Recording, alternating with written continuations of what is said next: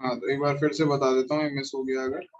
Hypophosphorous acid बनाना है H3PO2, तो सबसे पहले ऑक्सीजन लगाओगे। कितने ऑक्सीजन है? दो हैं, कहीं पे भी लगा दो दो ऑक्सीजन।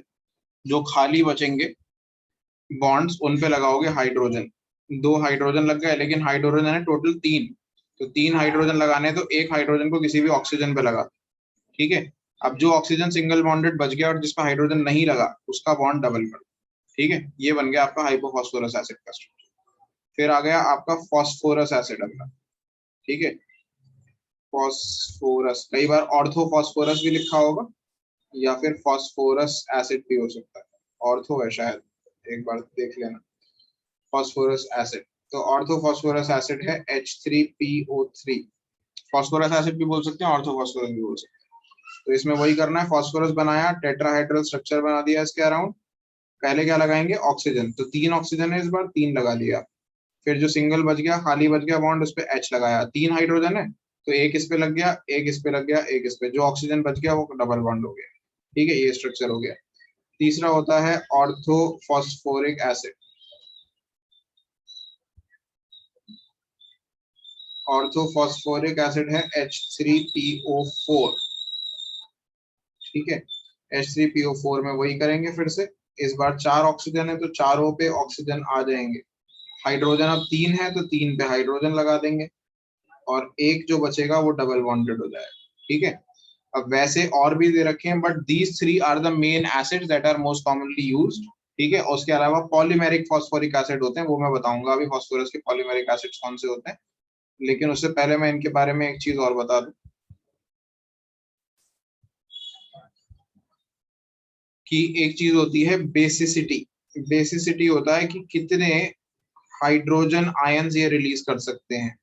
तो तीनों केसेस में बेसिसिटी निकालने का सिंपल सा मेथड ये, जितने हाइड्रोजन एटम्स ऑक्सीजन से अटैच्ड हैं वो रिलीज हो सकते हैं एज H+ आयंस। ये हाइड्रोजन नहीं रिलीज हो सकता, ये हाइड्रोजन नहीं रिलीज हो सकता। ठीक है, यानी H+ आयन कितने रिलीज करेगा? आप सिंपली फॉर्मूला देखोगे तो आप सोचोगे there are 3 hydrogen atoms in the formula, so it must release 3 hydrogen ions, but it does not. It only releases those hydrogen atoms which are attached to hydrogen. So what is the basicity in this case? +1. ठीक है, sorry plus नहीं, I mean 1। ठीक है, second वाले में basicity कितनी होगी orthophosphorous acid में? Sir, 2. 2, because there are 2 hydrogen atoms attached to oxygen atoms, so basicity is 2। तीसरे वाले में कितनी होगी? Sir, 3. 3, क्योंकि there are 3 hydrogen atoms attached to oxygen atoms। ठीक है, तो इसमें बेसिसिटी का क्वेश्चन मोस्ट कॉमनली पूछा जाता है। Now one more thing is there, it's called reducing power या रिड्यूसिंग पावर। ठीक है, रिड्यूसिंग पावर उतनी ज्यादा होती है जितने हाइड्रोजन एटम डायरेक्टली फॉस्फोरस से अटैच्ड होते हैं। It depends on the H atoms attached to phosphorus। तो जितने ज्यादा H एटम फॉस्फोरस से अटैच्ड है उसकी रिड्यूसिंग पावर सबसे ज्यादा होगी। तो रिड्यूसिंग पावर मैक्सिमम इसमें हो गई और मिनिमम H3PO4 में हो गई। ठीक है,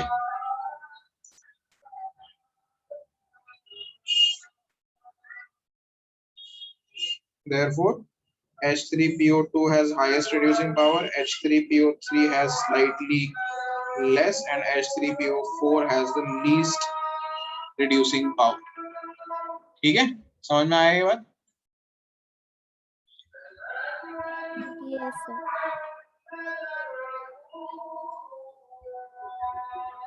Now there are other polymeric forms of this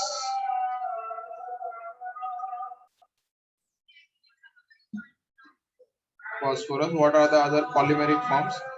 H4P2O7 ये एक होता है जिसको हम बोलते हैं पायरोफॉस्फोरिक एसिड।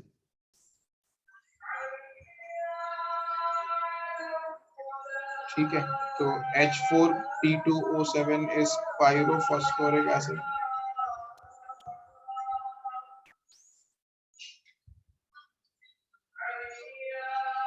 तो वो ये बना हुआ। अच्छा एक्चुअली छोड़ो, इनके स्ट्रक्चर जरूरी भी नहीं है, ये कर लेना इसी में से। ये इसका स्ट्रक्चर आ गया, फिर पायरोफॉस्फोरस एसिड होता है, ठीक है, और फिर ये साइक्लोट्राईमेटाफॉस्फोरिक एसिड होता है, और फिर ये पॉलीमेटाफॉस्फोरिक एसिड होता है, जो कंटिन्यूअस लॉन्ग स्ट्रक्चर है काफी, ठीक है।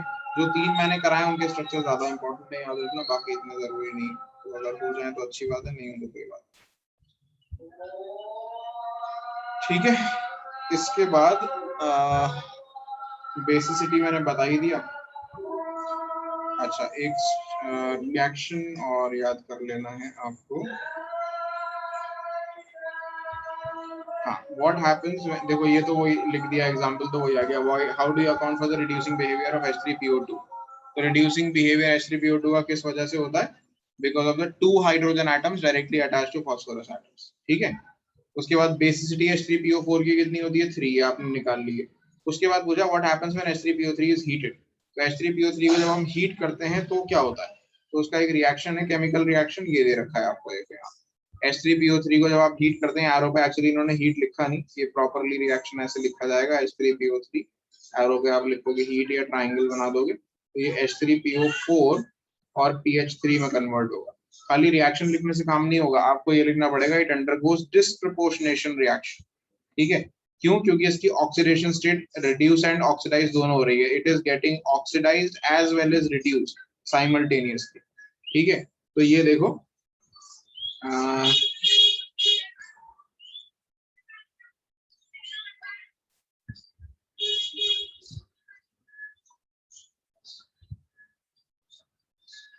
फॉर एग्जांपल ऑर्थोफॉस्फोरस एसिड या phosphorous acid on heating disproportionates, यहाँ से ये लिखना है ऑर्थोफॉस्फोरस एसिड या फिर फॉस्फोरस एसिड, कुछ भी बोल लो इसको, on heating disproportionates to give phosphoric acid and phosphine, ठीक है।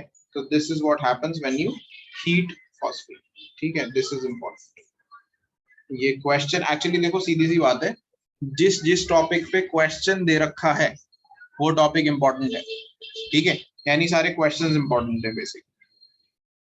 तो यहाँ आपका ग्रुप नंबर 15 हो जाता है खत्म, और फिर ग्रुप 16 शुरू करेंगे हम, ठीक है। तो ग्रुप 16 के अंदर वही सब कहानी है। शुरू की तो देखो मैं नहीं पढ़ाऊंगा ये सब, ये खुद रीड कर लेना एक बार, इस पे क्वेश्चंस मैं आपको करा दूंगा। डाइऑक्सीजन में भी कुछ नहीं है, हम बेसिकली ओजोन से ही शुरू, सिंपल ऑक्साइड्स में भी कुछ नहीं है, ओजोन मेनली करेंगे हम, सल्फर के फॉर्म्स करेंगे और सल्फ्यूरिक एसिड्स करेंगे, एंड दैट्स इट। तो ज्यादा कुछ ग्रुप 16 में एक्चुअली है नहीं, मैं आपको बता देता हूँ क्या करना है क्या नहीं करना है, देखो फास्ट। तो ग्रुप 16 के अंदर सबसे पहले एलिमेंट्स कौन कौन से हैं? Oxygen, sulphur, selenium, tellurium, polonium, ये एलिमेंट्स, ठीक है। और सारी प्रॉपर्टीज वही अप्लाई होती हैं जो पिछले में अप्लाई हो रही थी। मैक्सिमम ऑक्सीडेशन स्टेट इनकी +6 होगी, बट हाईवेयर एलिमेंट्स +4 शो करेंगे, 2 unit less oxidation state show करते हैं एज यूजुअल, ठीक है। उसके बाद ये सब पढ़ने की जरूरत नहीं है इसके अंदर, इलेक्ट्रॉनिक कॉन्फ़िगरेशन भी ज्यादा कुछ जरूरत नहीं है, एटॉमिक रेडियस, आयोनाइजेशन एंथैल्पी, ये सब नॉर्मल ट्रेंड फॉलो कर रहा है, ठीक है। और ये एग्जाम्पल इतना कुछ खास नहीं है, इससे कुछ नहीं आएगा। ऑक्सीडेशन स्टेट्स पढ़ लेना, हर किसी में पढ़ लेनी चाहिए, लेकिन वही है जो मैंने बता दिया ना अभी आपको, +6 is the most common highest possible oxidation state, heavier elements show +4 oxidation state and oxygen shows -2 oxidation state। Oxygen, sulphur जो है -2 oxidation state शो करता है। ऑक्सीजन ऑल्दो मोस्टली -2 शो करेगा, लेकिन अगर उसे फ्लोरीन से रिएक्ट करा दोगे तो वो +2 भी शो कर सकता है, +1 और +2 भी शो कर सकता है फ्लोरीन से। क्यों फ्लोरीन? क्योंकि most electronegative element. Anomalous behaviour की बात करें तो नाइट्रोजन का अनोमलस बिहेवियर ज्यादा इंपॉर्टेंट था, ऑक्सीजन के अनोमलस बिहेवियर कुछ खास ऐसा होता नहीं, ठीक है। और रिएक्टिविटी में भी कुछ नहीं करना है खास ऐसा, सारे के सारे सिंपल ही हैं। और फ्लोराइड्स में भी कुछ नहीं है, बस ये क्वेश्चंस पढ़ लेना यही वाले कि H2S जो है वो लेस एसिडिक होता है H2T के कंपैरिजन में। वाई? नीचे जाते हुए साइज इंक्रीज होता है, जैसे जैसे साइज इंक्रीज होता जाएगा क्या होता जाएगा? साइज इंक्रीज होने की वजह से हाइड्रोजन आयन को लूज करना आसान हो जाएगा कि हाइड्रोजन और सल्फर के बीच का बॉन्ड रिलेटिवली स्ट्रांग होगा कंपेयर टू H2Te, क्योंकि टेलुरियम काफी नीचे है ना, सल्फर सबसे ऊपर है, तो हाइड्रोजन और सल्फेट के बीच का बॉन्ड स्ट्रांग होगा, हाइड्रोजन टेलुरियम के बीच का बॉन्ड रिलेटिवली वीक होगा। तो जैसे हम डाउन द ग्रुप जाएंगे हाइड्रोजन और 16 ग्रुप एलिमेंट का बॉन्ड वीक होता जाएगा and it will become easier to lose hydrogen ion and that is why they become more and more acidic as we go down the group. ठीक है, next important sources of sulphur करने की जरूरत नहीं है, ऐसे क्वेश्चन नहीं आते हैं एग्जाम में।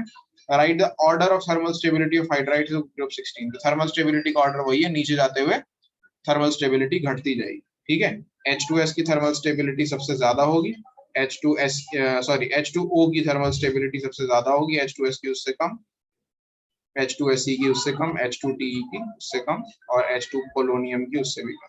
ठीक है, तो थर्मल स्टेबिलिटी ऐसे करके घटती जाएगी। H2O लिक्विड, H2S गैस क्यों है? क्योंकि H2O के अंदर हाइड्रोजन बॉन्डिंग होती है, जैसे NH3 के अंदर होता था। NH3 का बॉइलिंग पॉइंट ज्यादा होता था PH3 के कंपैरिजन में। वाई? क्योंकि NH3 में हाइड्रोजन बॉन्डिंग होती थी। अब यहाँ पर H2O और H2S को कंपेयर करें तो H2O का बॉइलिंग पॉइंट ज्यादा होता है H2S से। अब ये भी क्वेश्चन हो सकता था कि बॉइलिंग पॉइंट ज्यादा होता है, अब इन्होंने बॉइलिंग पॉइंट की जगह क्वेश्चन को थोड़ा और तरीके से पूछ लिया कि H2O लिक्विड है, H2S गैस है। क्यों लिक्विड क्यों है? क्योंकि उसके अंदर इंटरमॉलिक्यूलर हाइड्रोजन बॉन्डिंग है which is stronger than dipole-dipole interaction in H2S. So that is why H2S is a gas while H2O is a liquid. ठीक है, ये जो टॉपिक है ना आगे डाइऑक्सीजन और डाइऑक्सीजन के बाद सिंपल ऑक्साइड्स। ठीक है, तो ये दो टॉपिक मैं स्किप करूंगा और इसमें जो क्वेश्चंस दे रखे हैं वो भी बिल्कुल बेकार है, तो इसे खुद चाहो तो पढ़ लेना। इसमें कुछ भी ऐसा नहीं है, मतलब अगर तुम्हारे सामने रैंडमली भी क्वेश्चन आ गया and you haven't even read it once, तब भी प्रोबेबली तुम इसको आंसर कर दो। ठीक है, तो इसमें ऐसा कुछ खास नहीं है, तो we will skip dioxygen and simple oxides, there is nothing to read in दीस।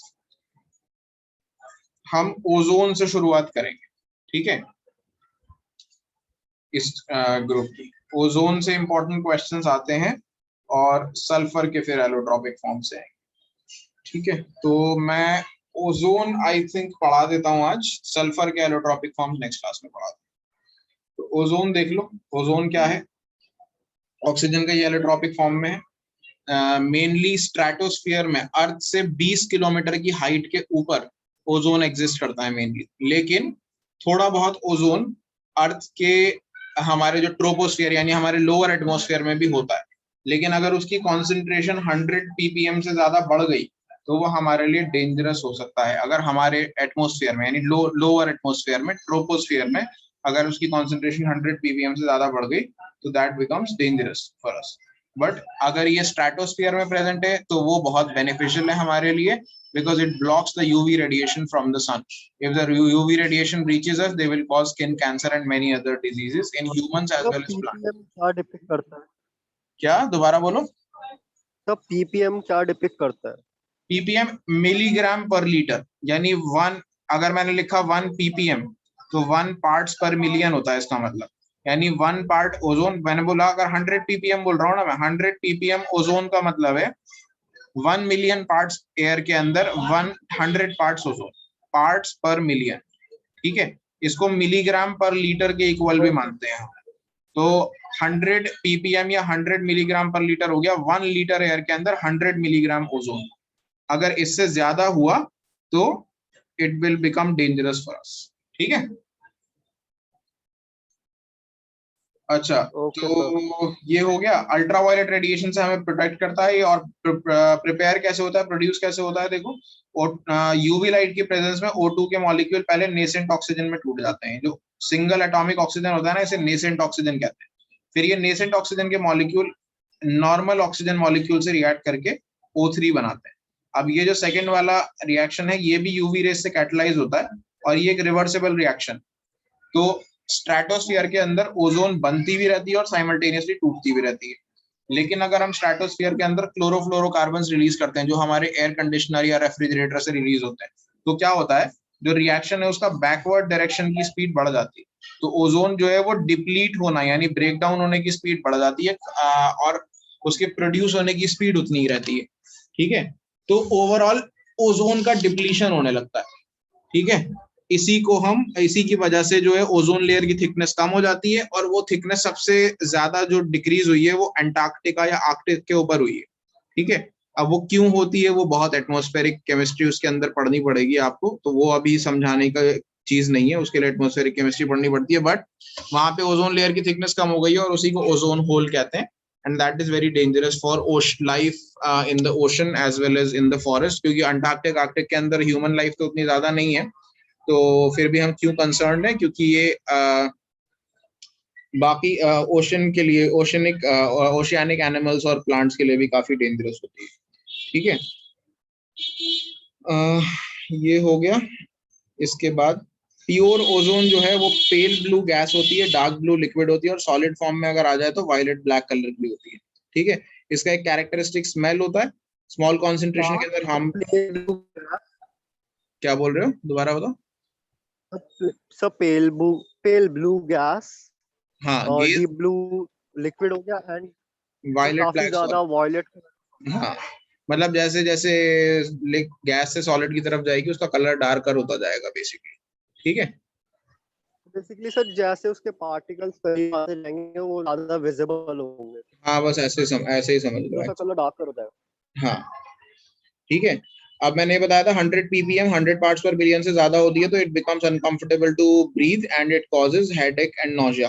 तो जो सर्दी के अंदर जो स्मॉग होती है ना, हमारे दिल्ली में स्पेशली स्मॉग कहते हैं ना, सर्दी में बहुत स्मॉग हो रही है, तो स्मॉग का one of the major component होता है ओजोन। ठीक है, तो अगर स्मॉग में आप बहुत ज्यादा देर बाहर निकलोगे तो वो जो आपके सर दर्द या आपको ब्रेथलेसनेस होती है, या फिर कई बार बहुत ज्यादा देर अगर खेल लोगे वहां पे तो आपको वॉमिटिंग जैसी फील होने लगेगी। ठीक है, आई होप किसी ने फील नहीं किया होगा ऐसा, लेकिन अगर कभी स्मॉग बहुत ज्यादा हो तो सुबह मैंने करा है खेलने, सर। हाँ तो रनिंग करने या खेलने बिल्कुल नहीं जाना चाहिए, इसलिए सुबह सुबह जब तक धूप ना निकले सर्दी में, स्पेशली दिल्ली के अंदर तो कंडीशन ऐसी है, because it contains a lot of harmful gases. एक तो नाइट्रोजन डाइऑक्साइड होती है उसके अंदर, और एक ओजोन होती है, जो मेजर गैसेज। इसके अलावा वॉलेटाइल ऑर्गेनिक कंपाउंड भी होते हैं, तीनों ही चीजें VOC, NO2 और O3, तीनों ही चीजें आपकी हेल्थ के लिए हाईली डेंजरस है। ठीक है, अच्छा, ये थर्मोडायनेमिकली अनस्टेबल होती है, ये सब मैंने बता दिया है कि हीट की वजह से ब्रेक डाउन हो जाती है, अल्ट्रावायलेट कार्बन की वजह से ब्रेक डाउन हो जाती है। अच्छा, इसमें ना ये चीज याद रखना इंपॉर्टेंट कि ओजोन जो एक बहुत अच्छा ऑक्सीडाइजिंग एजेंट है। क्यों बहुत अच्छा ऑक्सीडाइजिंग एजेंट है? क्योंकि ये बहुत इजीली ब्रेक डाउन हो गया, लुक एट दिस रिएक्शन, बहुत इजीली ब्रेक डाउन होके एटॉमिक ऑक्सीजन रिलीज कर देती है। जो ये सिंगल एटम ऑक्सीजन रिलीज कर रही है ना, this single atom oxygen atom can act as a very powerful oxidizing agent. तो देखो, due to the ease with which it liberates atom of nascent oxygen इसी को कहते हैं single atom oxygen को, it acts as a powerful oxidizing agent. For example, it oxidizes the sulfide to the lead sulfate. तो देखो ये पहला reaction, देखो lead sulfide था PbS, इसको PbSO4 में कन्वर्ट कर देती है ओजोन। ठीक है, इसके बाद जो ये सेकंड रिएक्शन दे रखा है ना, सेकंड रिएक्शन एक्चुअली इसके नीचे जो लिखा हुआ है उसका पार्ट है। अब ये जो है ये एक चीज है पूरी। ठीक है, ये जो है बेसिकली ये ओजोन को डिटेक्ट करने के काम आता है। How is ozone estimated quantitatively? देखो यहाँ पे एक क्वेश्चन है, क्वेश्चन नंबर 19 पढ़िए। How is ozone estimated quantitatively? Quantitatively यानी कि हमारी एयर में, मैंने बताया ना कि ट्रोपोस्फेयर में भी ओजोन हो जाती है सर्दी में स्मॉग के अंदर, तो अगर मुझे क्वांटिटी पता लगानी है, मैंने कहा कि 100 ppm से ज्यादा नहीं होनी चाहिए, तो हम, हमारा एटमॉस्फेरिक डिपार्टमेंट या हमें अगर लैब में टेस्ट करना है, हम चेक करना चाहते हैं कि अभी सर्दी में एयर में ओजोन कितनी है, तो वो एक्सपेरिमेंट कैसे किया जाएगा, कैसे टेस्ट करेंगे? तो उसके लिए एक बहुत सिंपल सा एक्सपेरिमेंट होता है। आप क्या करो, एक बॉटल लो, ठीक है, या एक बीकर ले लो, उसके अंदर पोटेशियम आयोडाइड सोल्यूशन, कौन सा सोल्यूशन? पोटेशियम आयोडाइड सोल्यूशन भरो उस बीकर के अंदर, हाफ या 3/4 भर दो उसे, और उसको हवा में जाके बाहर जहाँ पे भी स्मॉग हो रही है, अपनी छत पे या कहीं पे भी खुली जगह में जहाँ पे स्मॉग हो रही है वहां पे रख दो, और रख के उसे छोड़ दो 2 दिन के लिए। ठीक है, अब 2 दिन के लिए जब आप उसको छोड़ दोगे तो एक रिएक्शन होगा। पोटेशियम आयोडाइड का आपने सोल्यूशन रखा है, पोटेशियम आयोडाइड के सोल्यूशन में आयोडाइड आयंस होते हैं, I- आयन, वो I- आयन वाटर की प्रेजेंस में, वाटर तो हो गई क्योंकि पोटेशियम आयोडाइड सोल्यूशन जो है वाटर में ही बनाओगे आप, तो वाटर की प्रेजेंस में वो ओजोन जो होगी एयर में उससे रिएक्ट करेंगे और आयोडाइड आयन को आयोडीन में कन्वर्ट कर देंगे, I- को I2 में कन्वर्ट कर देंगे, और ओजोन जो है खुद रिड्यूस होकर O2 में कन्वर्ट हो जाएगी। ठीक है, और बाकी OH- लिख लेंगे। ये बैलेंस रिएक्शन ये लिखा हुआ है ऊपर, मैं तो ऐसे ही समझाने के लिए लिख रहा था, तो बैलेंस रिएक्शन ये, तो ये रिएक्शन होगा बेसिकली। आप इतना सारा आयोडाइड डाल के रखते हो कि उसमें से कुछ अमाउंट जो है वो I2 में कन्वर्ट हो जाए, ठीक है। अब ये दिखेगा नहीं हमें कितना है, जब आप 2 दिन के बाद ये बीकर उठाओगे तो उस बीकर के अंदर जितना भी आपने आयोडाइड डाला होगा वो सारा आयोडाइड आयोडीन में कन्वर्ट नहीं हुआ होगा, उसमें से कुछ आयोडाइड आयोडीन में कन्वर्ट हो गया होगा। कितना आयोडाइड आयोडीन में कन्वर्ट होगा? जितनी ओजोन रिएक्ट करी होगी, करेक्ट? बात समझ में आ रही है साहिल? जितनी ओजोन होगी उतना ही आयोडाइड किस में कन्वर्ट हो जाएगा? आयोडीन में, सही है। तो अगर मैं टाइट्रेशन करके ये पता लगा लूं कि कितना आयोडीन बन गया है उसके अंदर, तो मुझे ये पता लग जाएगा कितना ओजोन था एयर में, ठीक है। तो आयोडीन कैसे पता लगाते हैं कितना बना है? उसके लिए हम सोडियम थायोसल्फेट के साथ टाइट्रेशन करते हैं। सोडियम थायोसल्फेट टाइट्रेशन करी है अभी तक किसी ने स्कूल में?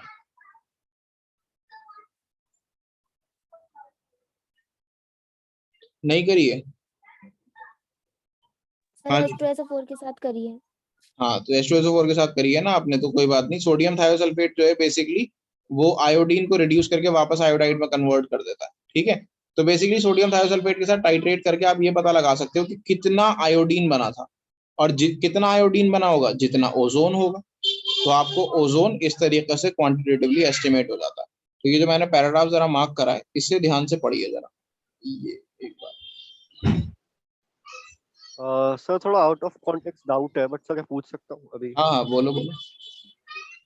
सर हम सॉइल्ट एनालिसिस और फूड फूड वाले जो वो है एक्सपेरिमेंट्स है कैसे कर सकते हैं, मतलब दोबारा इसके लिए बताओ, क्या आसानी? क्या क्या दोबारा बताओ। सर मतलब प्रैक्टिकल्स के अंदर सर फूड एनालिसिस, वो salt analysis and food colouring वगैरह जो फूड वाले आते हैं, हाँ तो उन्हें कैसे करना है, मतलब यार, सॉल्ट एक्सपेरिमेंट? एनालिसिस के अंदर ना बहुत सारे, देखो यूट्यूब पे भी कंटेंट लोगों ने डाल रखा है। सॉल्ट एनालिसिस के अंदर कई तो तुमने अब देखो प्रैक्टिकली तो करे हैं नहीं अभी तक एक बार भी क्लास में, मतलब लैब में जाके करे हैं अभी तक? अरे सर ये सब मेरा स्कूल खुल चुका तो हम करते रहे। अच्छा अच्छा, हाँ, तो थोड़ा बहुत तो देखो सॉल्ट को देख के ही अंदाजा हो जाता है कि कौन सा है, बट लेकिन मोस्टली सॉल्ट जो होते हैं वो वाइट ही कलर के होते हैं। अगर कलरफुल सॉल्ट मिल गया तो वैसे ही पता लग जाता है। लेकिन जो प्रिलिमिनरी टेस्ट है ना, उनसे याद कर लो। कई बार होता है प्रिलिमिनरी टेस्ट ही आपको बहुत सिंपल आइडिया दे देता है कहाँ पर है। उसके बाद आप क्या करो, डायरेक्टली वही टेस्ट कर दो जो आपको आपका रिजल्ट लाना है, और बाकी टेस्ट करने की जरूरत है नहीं आपको। आप लिख दो कि आपने करें। स्टैंडर्ड प्रोसीजर तो ये था, आपको सारे करके देखने हैं, ठीक है। ये जो है ना, ये थोड़ा आर्ट फॉर्म की तरह से है, ऑनेस्टली बताऊं तो। जो आपका लैब असिस्टेंट होगा ना, वो ऐसे देख के ही बता देते हैं सॉल्ट कई बार कि कौन सा सॉल्ट, क्योंकि प्रैक्टिस हो जाती है इतनी देखते देखते, या एक ही टेस्ट करके बता देते हैं क्या हो रहा है। क्योंकि हर सॉल्ट प्रिलिमिनरी टेस्ट में कहते हैं कि वो सेम बिहेव कर रहा है, लेकिन स्लाइटली डिफरेंटली करता है हर टेस्ट के अंदर। तो वो ना थोड़ा बहुत यूट्यूब पे ट्रिक्स होती हैं सॉल्ट एनालिसिस की, लोगों ने लाइव करके दिखा रखे होते हैं कैसा आएगा, तो वो सब देख लो, ठीक है। Okay sir, and sir food वाले जो है? यार फूड कलरिंग वाले अभी इंट्रोड्यूस किए होंगे, क्योंकि मैंने तो सिलेबस में देखे नहीं, तो उसका मुझे आइडिया नहीं है। एक बार उसको सर्च ही कर लेना, फूड कलरिंग वाले, फूड मतलब कलर्स। फूड वाले वो है सर जिसमें कलर नहीं है सर, लाइक फूड प्रोटीन्स वगैरह वाले जो टेस्ट के हैं। अच्छा, तो मेरे ख्याल से यार मैंने फिर भी वो देखे नहीं है, एक बार पढ़ के देख, मुझे भेज देना अगर कुछ होगा तो मैं बताऊंगा उससे रिलेटेड, ठीक है, एग्जैक्टली क्या है। Okay sir. ठीक है, तो ये पैराग्राफ जो बता रहा हूँ इसे पढ़ो जरा, ये समझ में आ गया आराम से या नहीं? When ozone reacts with an excess of potassium iodide solution buffered with borate buffer डाली जाती है इसके अंदर pH maintain करने के लिए, iodine is liberated which can be titrated against standard solution of sodium thiosulfate. This is the quantitative method for estimating ozone. ठीक है, तो ये इंपॉर्टेंट क्वेश्चन है, इसे ध्यान से कर लें। इसके बाद नीचे देखो ओजोन के स्ट्रक्चर दे रखा है मॉलिक्यूल का, वो तो आपने 11th में भी किया था, और उसके ऊपर एक ये रिएक्शन और दे रखा है। ये क्या होता है, तो ओजोन जो है वो नाइट्रिक ऑक्साइड को भी ऑक्सीडाइज करके नाइट्रोजन डाइऑक्साइड बना देता है, ठीक है। तो नाइट्रिक ऑक्साइड जो है ना, ये NO, ये जेट इंजन से रिलीज होती है, ठीक है। जेट इंजन, जो जेट प्लेन्स होते हैं ऊपर उड़ते हैं आसमान में बहुत ज्यादा हाइट पे, वो ट्रोपोस्फेयर से ऊपर उड़ते हैं स्ट्रेटोस्फियर में। वो इसलिए उड़ते हैं क्योंकि जेट इंजन जो है वो स्ट्रेटोस्फियर में कोई वेदर कंडीशन नहीं होती, तो अगर मौसम खराब भी है तो भी उन प्लेन्स में जाया जा सकता है। जैसे मौसम खराब होता है तो प्लेन्स नहीं उड़ाते हैं ना वो, क्योंकि हमारे जो प्लेन्स नॉर्मल कमर्शियल फ्लाइट्स हैं वो सारी की सारी ट्रोपोस्फियर के अंदर फ्लाई करती हैं मोस्टली। जेट प्लेन्स जो होते हैं दे फ्लाई मच हायर, ठीक है, they fly in the stratosphere. तो what is the problem with that is कि jet engines release this nitric oxide gas. Nitric oxide gas जो है वो स्ट्रेटोस्फियर की ओजोन से रिएक्ट करके नाइट्रिक ऑक्साइड नाइट्रोजन डाइऑक्साइड बना देती है। तो इसकी वजह से ओजोन लेयर डिप्लीट हो रही है। ठीक है, तो जो जेट इंजन है they are also causing ozone depletion. ठीक है, they also cause damage to the ozone. ठीक है, तो बस यही है इसके अंदर। और दो क्वेश्चन हैं इसमें। ओजोन जो है वो पावरफुल ऑक्सीडाइजिंग एजेंट क्यों होता है? Because it can easily release an nascent oxygen, that is why it acts as a powerful oxidising agent. And second है ओजोन इज एस्टिमेटेड क्वांटिटेटिवली, वो मैंने आपको बता दिया। ठीक है, तो सल्फर नेक्स्ट क्लास में कराता हूँ। अभी तक यहाँ तक कर लो, एक बार पढ़ लो, क्वेश्चंस कर लो। आई होप ये क्लियर है।